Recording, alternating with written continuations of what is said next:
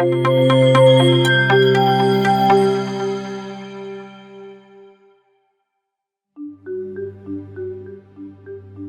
masa pandemi COVID, hidup industri pariwisata seperti jungkir balik. Tapi ternyata tidak semua tempat wisata bernasib buruk. Kebutuhan orang-orang yang terkurung semasa pandemik untuk healing justru dimanfaatkan BUMDes Desa Sekapuk membangun tempat wisata Setigi. Badan Usaha Desa di Kabupaten Gresik, Jawa Timur ini membukukan laba bersih Rp4,71 miliar di tahun 2020, melonjak dari 800-an juta di tahun sebelumnya. Peningkatan signifikan kontribusi BUMDes pada pendapatan asli desa tak terlepas dari sejumlah perubahan yang dilakukan. Salah satu yang paling utama adalah pembangunan Setigi. Bekas area galian tambang yang menjadi pembuangan sampah warga ini menjadi penopang terbesar pendapatan BUMDes Sekapuk.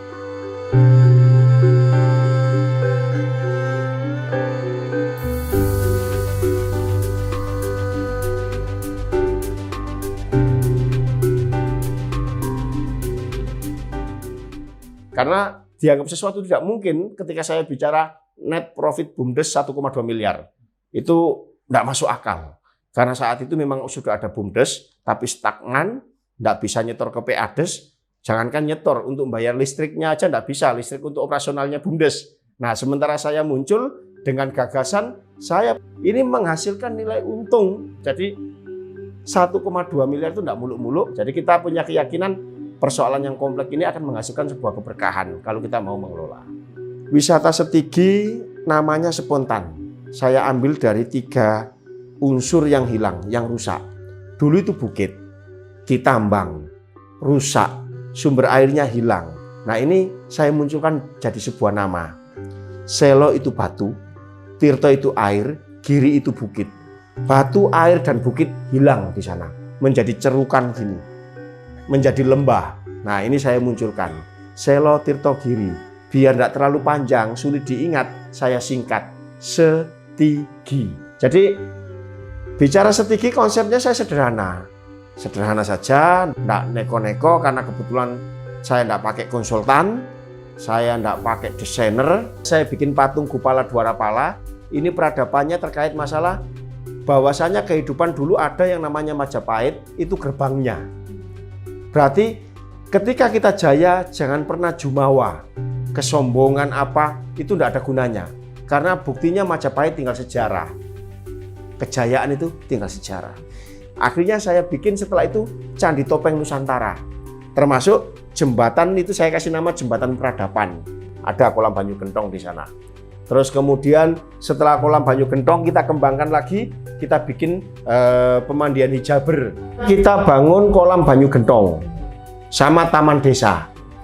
Saya kasih nama taman desa itu karena dulu di situ itu sampah yang paling lama dibersihkan, titik yang paling kumuh dan paling akhirnya kita jadikan taman desa itu supaya masyarakat saya melihat tempat itu lebih nyaman mana, dijadikan taman bunga atau taman sampah. Ini mengedukasi. Kawasan wisata Setigi tidak hanya menyerap banyak tenaga kerja bagi warga desa Sekapuk, namun juga menyediakan lapangan kerja bagi anggota PKK desa. Mereka bisa membuat kantin dan menyajikan berbagai macam kuliner serta souvenir buatan ibu-ibu PKK desa Sekapuk. Para ibu-ibu PKK ini membentuk perkumpulan kuliner bernama Dapur Embok Inggih. Alhamdulillah di Sekapuk ini ada wisata desa, yakni wisata Setigi sama Akro wisata Kebun Pak Inggih. Selama ini organisasi PKK kan kegiatannya hanya bersumber dari dana yang dari pusat. Alhamdulillah diberi kesempatan sama Bapak Kades selaku inovator wisata desa, diberikan kegiatan bagi ibu-ibu PKK Desa Sekapuk, yakni untuk membuat oleh-oleh khas wisata Desa Sekapuk. Dapur Mbok Inggih PKK Desa Sekapuk. Di sini ada kurang lebih 108 UMKM dari seluruh warga Desa Sekapuk ini, mulai dari wilayah 1 sampai wilayah 5 yang ada di Sekapuk ini bergabung di Dapur Mbok Inggih.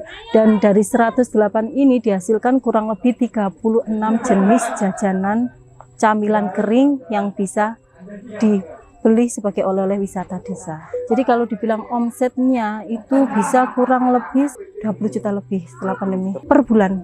Kalau omsetnya alhamdulillah, kalau untuk tahun 2022 kemarin ini kita masih bisa menyumbang di angka kurang lebih 8 juta untuk 1 tahun, tapi itu kan sudah bersih dari insentif yang kita berikan ke ibu-ibu dapur Mbok Inggi. Jadi saya rasa cuma di Desa Sekapuk sendiri ibu-ibu PKK-nya dapat insentif per bulan. PKK sendiri ternyata ibu-ibu bisa berproduktif dengan menyumbang untuk kegiatan itu.